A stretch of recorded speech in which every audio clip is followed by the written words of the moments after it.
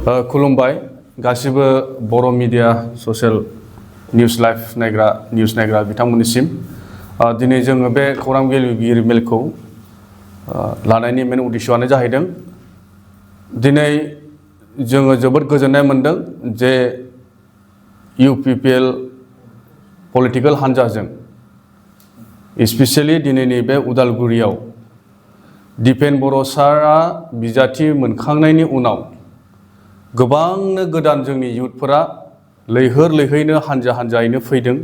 बिथांमोनखौ जोंनि गोसो गोरबोनिफ्राय बरायदों आरो हामबाय होदों।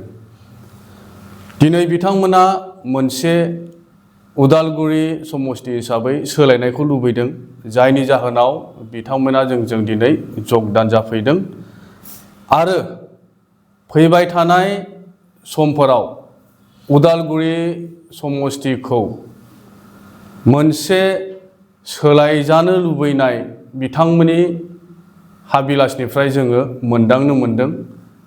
बेनिखायनो जोङो जायफोर युथफोरा दासिमबो गोनो गोथो जानानै दंबावो, बै बिथांमोनखौबो फंबाय बिनानाव आदा आब'मोनखौबो जोङो मस्ट वेलकाम खालामनो सानदों आरो जोङो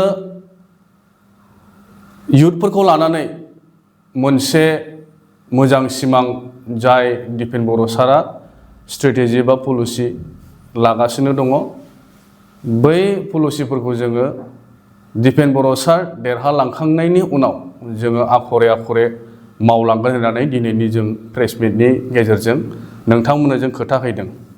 नोंथांमोना मिथिगौ रिहन दैमारि सारा बेयाव खनब्रै MLA बा मिनिस्टारबो जाखांबाय आरो प्रेजेन्टलि बिथाङा BTC नि डिपुटि चिफ। नाथाय थांनाय 20 बोसोराव जाबायदि डेभेलपमेन्ट जानांगौमोन, जाबायदि इन्स्टिट्युटफोर जानांगौमोन, जाबायदि युथफोरनि थाखाय स्कप सुजुग सुबिदा होनांगौमोन बा मोननांगौमोन, बैफोर बुस्थुफोरखौ दिनै युथफोरा मोनाखै होननानै बिथांमोना बुजिदों। बेनिखायनो गोदान बिजाथि रोंगौथि गोनां गोख्रों आवाज गोनां दिपेन बर' सारखौ बिथांमोना हास्थायनानै फैदों, हामबाय होदों बिथांमोनखौ आरो नोंथांमोनखौ जों खावलायबावदों नोंथांमोननि लोगो साखाथि फाखाथि थानाय गासैखौबो नोंथांमोना जोंनि दोलोआवहाय लाबोदेरनानै फैबाय थानाय 9 थारिखनि जा बिसायख'थि जानो गोनां बे बिसायख'थियाव नोंथांमोना जोंखौ हेफाजाब होगोन होननानै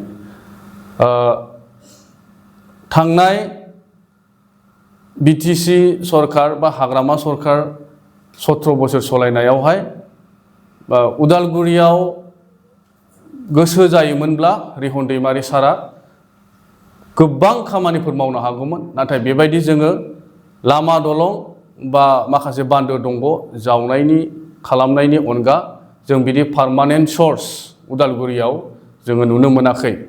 जोङो गामि गामि बेरायनायाव बा रायजो राजाफोरजों रायलायनायाव बिथांमोननिफ्राय जों मोनथिनो मोनदों जे बबेबा जायगाफ्राव बिदि कारेन्टनि दासिमबो मोजां सुबिदा गैया, बबेबा जायगाफोराव दै लोंनायनि बेबस्था मोजां गैया, बबेबा जायगाफ्राव हान्था मेलानि थाखाय सुजुग सुबिदा दासिमबो गैया।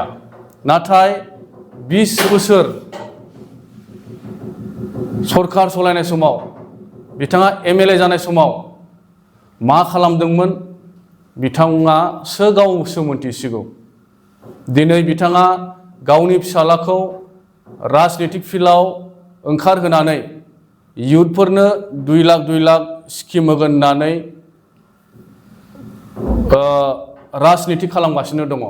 नाथाय जों साननैसो सिगां जोंनो नुबाय भइस रेकर्डिंआव जे बे 2 लाख होनाय स्किमा जास्ट मोनसे फेक बायदि इन दा सेन्स बिजाथिनि नामाव डकुमेन्ट्सफोरखौ जमा खालामनानै बिथांमोना मोनखानाय बै बिजाथिया मोनखांनाय फैसाखौ 50% बा 90-80% बिखननानै लानायखौ जों नुनो मोनदों।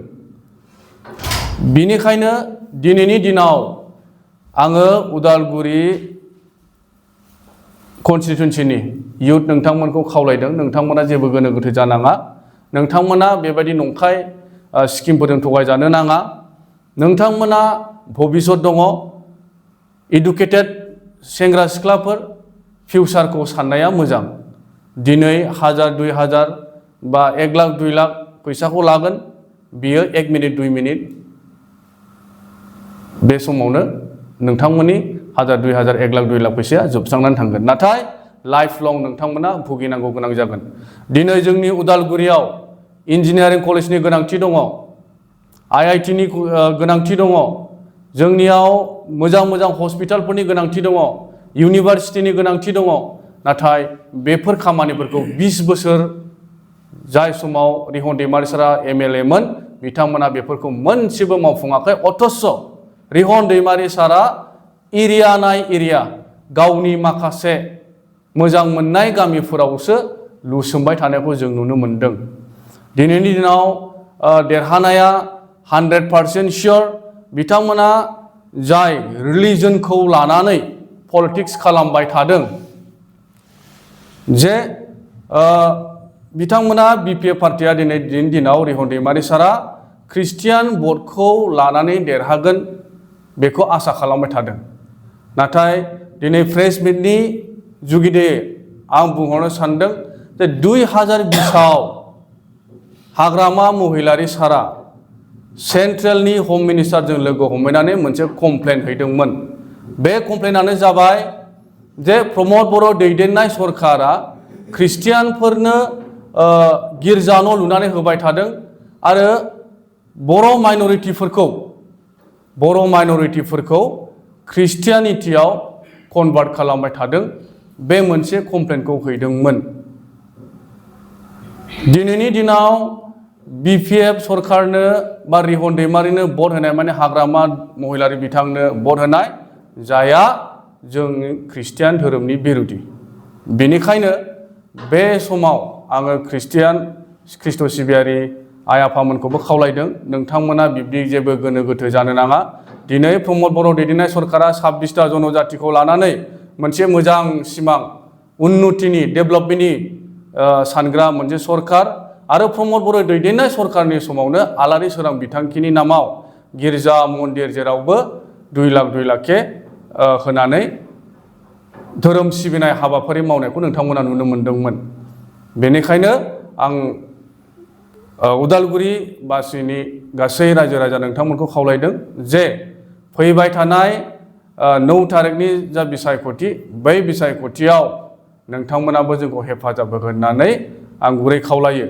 मानोना दिपेन बर' सार बायदि रोंखा राखा आवाज गोनां मानसि जोंनो उदालगुरियाव गोनांथि जादों। गोजोन्थों।